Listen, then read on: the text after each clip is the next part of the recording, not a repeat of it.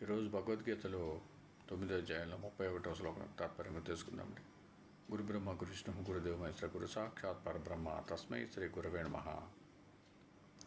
క్షిప్రం భవతి ధర్మాత్మా సస్వచ్ఛాంతిం నిగచ్చతి కౌంతేయ ప్రతిజానీహి నమే భక్తః ప్రణశ్యతి.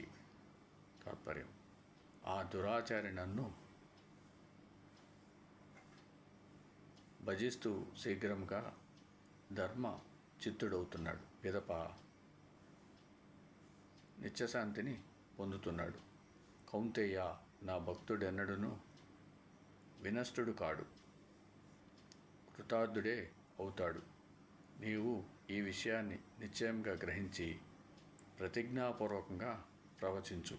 ఓం సమ సద్గురు సాయినాథ్ మహారాజ్కి జయ. ఓం సమ సద్గురు భరద్వాజ్ మహారాజ్కి జయ. ఓం నమో వాసుదేవాయ నమః.